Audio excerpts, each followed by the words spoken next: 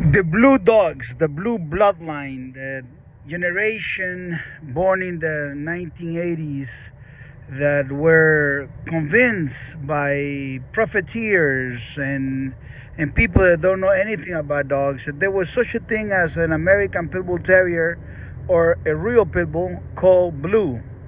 And so let me give you a little bit of history. Let me help you out, get to the right path, get the right information. And whenever you're going to hear someone telling you these, you need to look at their credentials.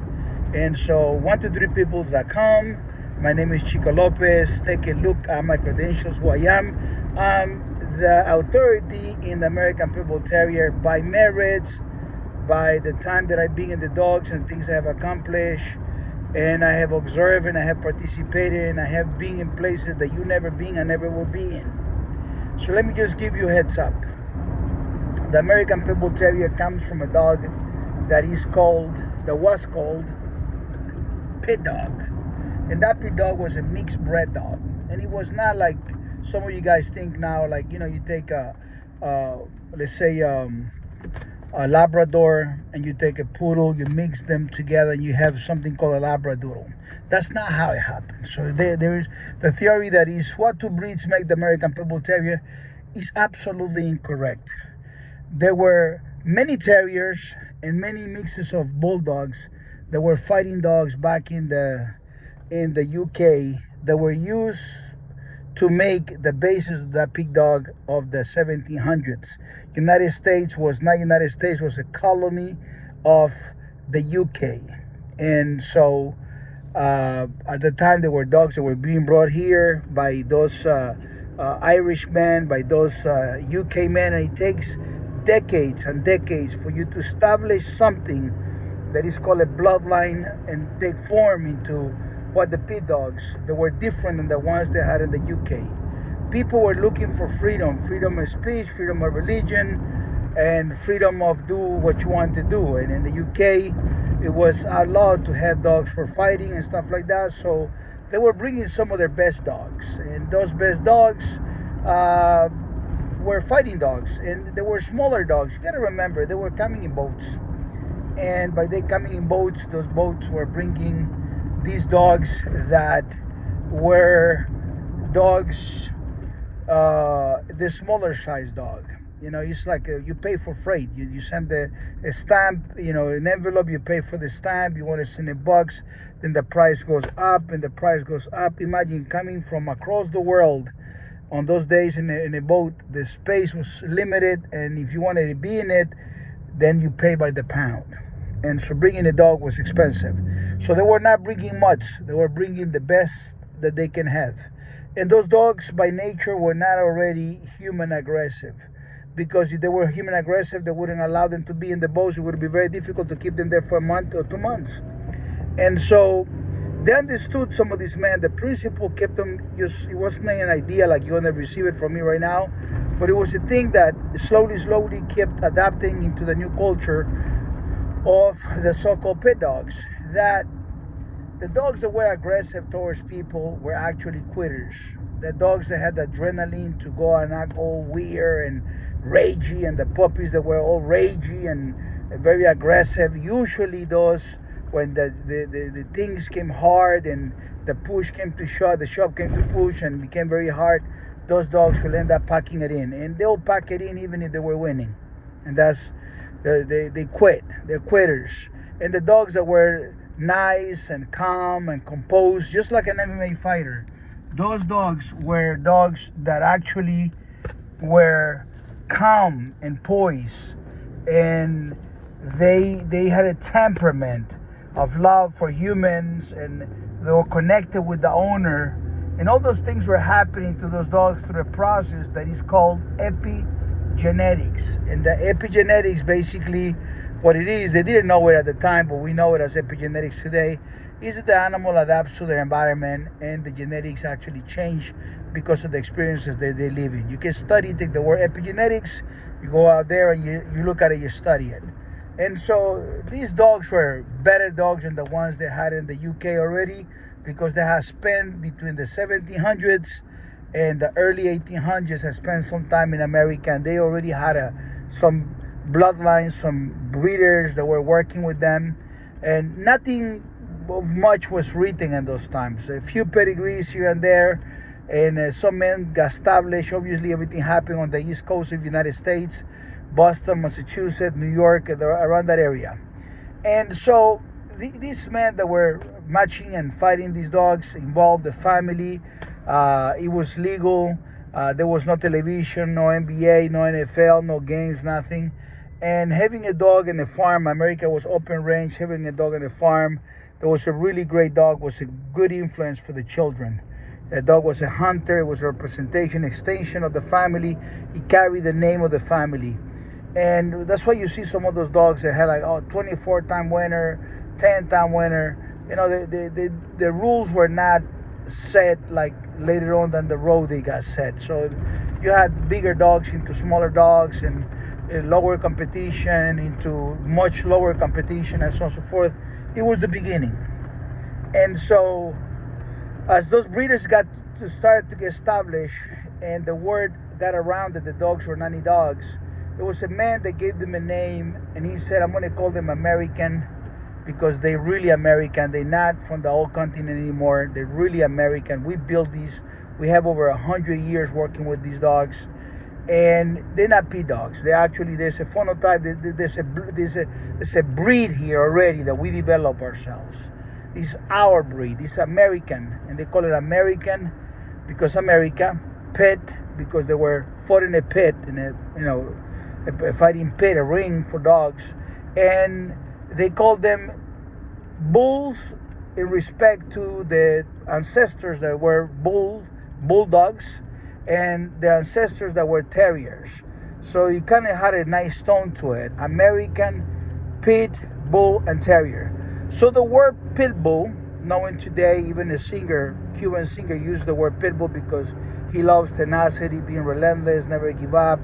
All these words are attached to those dogs. Those fighting dogs gave America the gift of understanding what it is to be an underdog, which is a dog that's fighting, and somebody will make a bet and say, I'll bet on the underdog, he won't quit.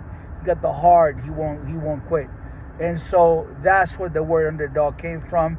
The word top dog came from, and then America used it on everything that to find motivation and inspiration to strive and never give up from those game dogs that they wouldn't stop fighting. They'll fight till the end to win, to have be relentless and have a lot of perseverance. You gotta understand that you might not agree with what they were doing, but those were their times. It's not your time. Today, men want to cut their dicks and be painted on, colorful hair and all that stuff. That's your generation. Our generation never did that. And their generation certainly didn't do that. Those were alpha males. And women loved those type of men. They didn't like men with earrings, men with long hair, and all that stuff. And so these dogs were part of the family, and they were nanny dogs. And then there was the man that gave them the name, he had established something called the UKC, which is totally opposite of what they have today under the name UKC. It's same brand but different culture. And so the UKC, this breeder dog fighter at the time, men established this name, American Pitbull Terrier, which is the Pitbull. The only dog that has the word Pitbull inside is this dog, this real American Pitbull Terrier of those times. And it's not like today they say, well, Pitbull is a blanket term. No, you think that because you're dummy. You listen to a lot of pink unicorn stuff, and you think that the Pitbull is a blanket term. It's not no blanket term for nobody. It really is a special dog that it took years to develop, and it took a group of men and wives were involved and everything to create this dog.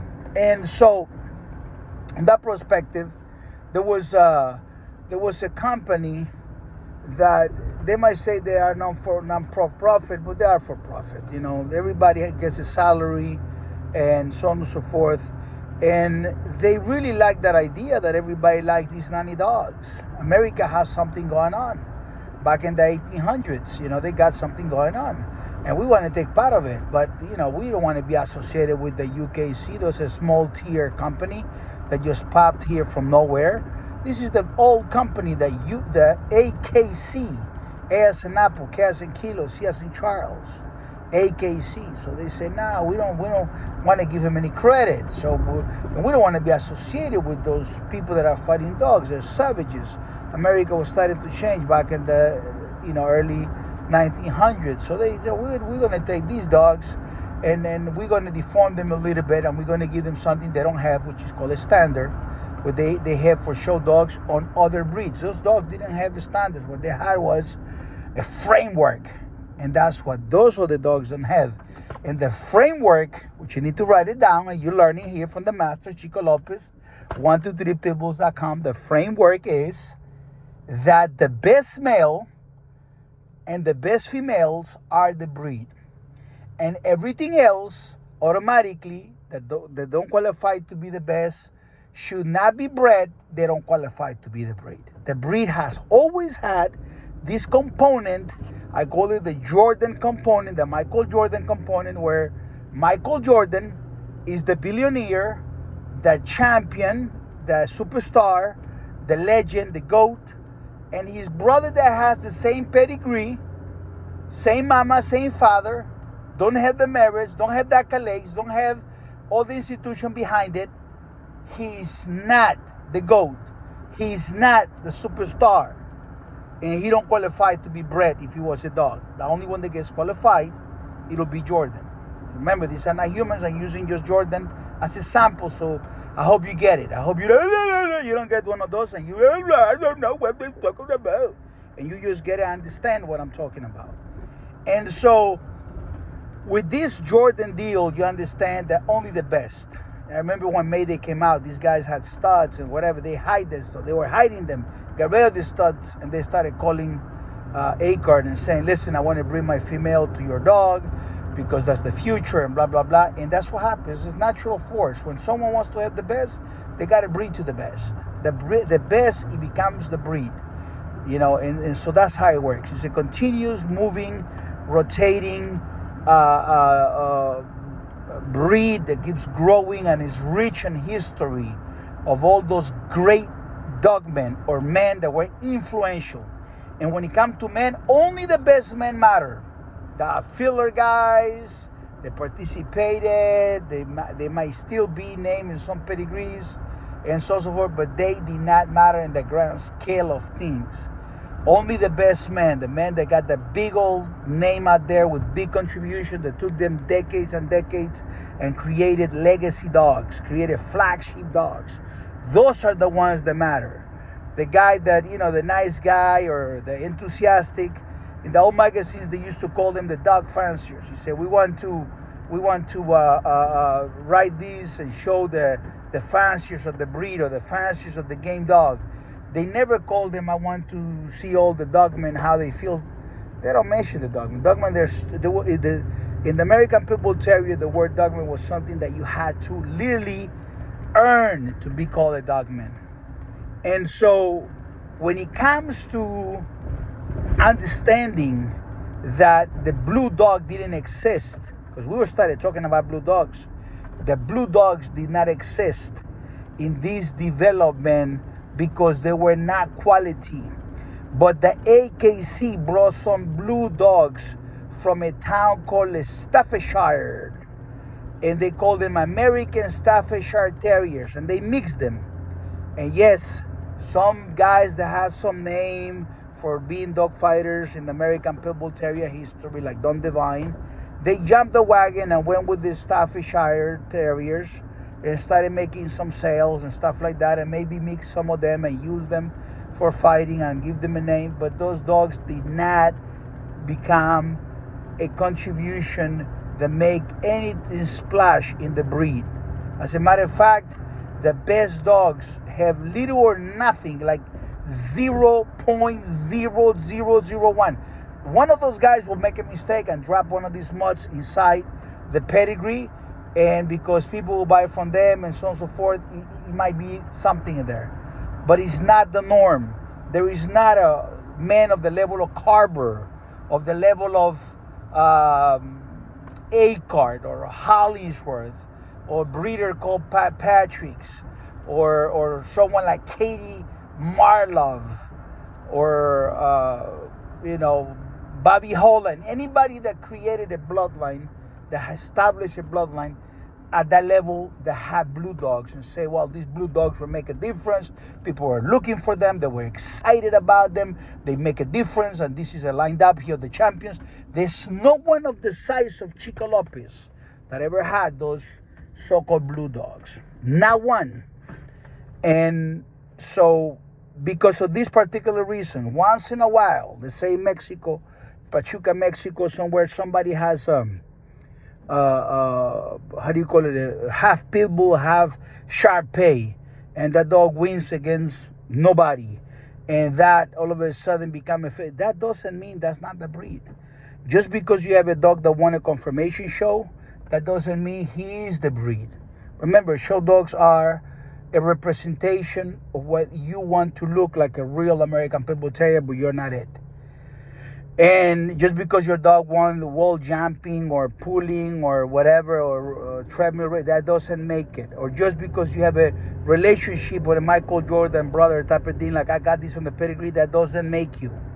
What makes an American Pitbull Terrier quality? Oh no, if he fights, no, Tulsas are fighting. They're not real American Pitbull Terriers. They're fighting in Japan. Akitas are fighting in Japan and in China. That doesn't make them American Pitbull Terrier. Traditionally, what makes them American Pitbull Terrier is when a branded elite level dogman takes that dog as a part of a program that's been successful, massively successful, has been the best of their era, and they have created other dogs and have the capacity to have the genetics to become great at those dogs. I'll give you a perfect example. Atos from Busha. Atos from Busha, directly out of global champion mechanic buck run besting show, international, global dog. When you look at that dog and you go back to mechanic, and you go back to Honey Bunch, you go back to Carver, you go back to our tutor, when you go to that level, that is the dog that I'm talking about. The capacity he has to create super smart dogs, Atos from Busha. When you look at great dogs like Awesome Buck, his great-grandfather, that is a real American Pitbull Terrier. They don't come in a blue note. There will not be a blue note, and they will not be mixed with blue notes. As a matter of fact, breeders can buy them. Breeders are walking on the walls like spiders, like demons walking, trying to get the blood from Chico Lopez, some of that golden vein to put in the trash vein, and it's not going to happen. Great citizens of the United States, families, doctors, lawyers, engineers, entrepreneurs, Hall of Famers, good people that is going to give the dog a good life will have access to something like that. But I want to instruct you, when you see someone walking a blue dog, or maybe an XL that looks blue, or even an XL that looks red nose, or maybe the giant from Netflix, all those dogs, you put them in a handbasket, and you go back to 1970, nobody knew who they are. They are not pit bulls. The Soul American bull, what do you call the stuff? The mutant American bully.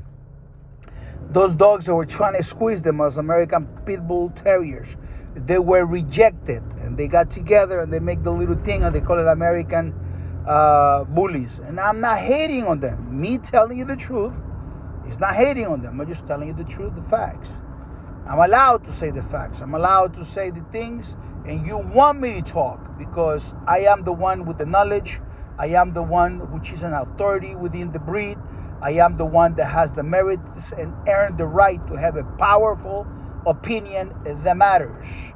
And so going forward, whenever you see a blue dog or someone that tells you that Don Divine or that maybe Beyond had a grand champion, whatever, it was, they call it golondrina que no hace verano.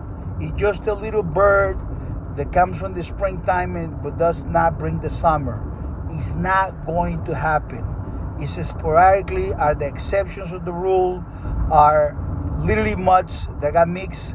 And And I will give you something that will blow them out of the water right now. I know of a rookie called Chico Lopez, and that rookie had a dog called Grand Champion Bruno Boy. And Grand Champion Bruno Boy, as great as he was never introduced or mixed in the breed, because a rookie, Chico Lopez, decided that as good as he was, that dog could not be bred to Cheyenne. Cheyenne was there together with him. He never bred them together. And because he respect and understand the breed. Don Divine didn't respect the breed. Rookie Chico Lopez, that's why he's the perpetual greatest rookie that ever lived, Chico Lopez. Because he made the right calls at the right time. And the master of Chico Lopez is Bruno Boy. The lessons that he learned from that dog. Again, guys, study 123pitbulls.com. Blue Mutts, Blue Nose Mutts, American Bully Mutts, XL Mutts. You can have 2, 3, 4 million people shouting out of their chests, ripping their shirts off and saying, yes, yes, these are, doesn't matter. They were doing that back in the 13th century, telling Galileo Galilei that the world was flat. And he said the world is still spinning. Until today, it's still spinning. So it doesn't matter if you have consensus approval, or you have more likes or more shares or more whatever. It doesn't matter. The collection of dummies doesn't make a genius. You got to have the experience. You got to get the facts. You got to have the right context to the story. My name is Chico Lopez, and I made this video because I care about you guys that are young having an idea of what is the real American Pitbull Terrier. You becoming better, and you making the right decisions for you, for your family, and the future of something that I don't know if will still be around, called the American Pitbull Terrier. At least the Golden Bane is the American Pitbull Terrier. God bless you. 123pitbulls.com, the very best of the very best. Thank you so much for watching the video. Share it. I'm going to be reading you in the comments. God bless you. Bye-bye.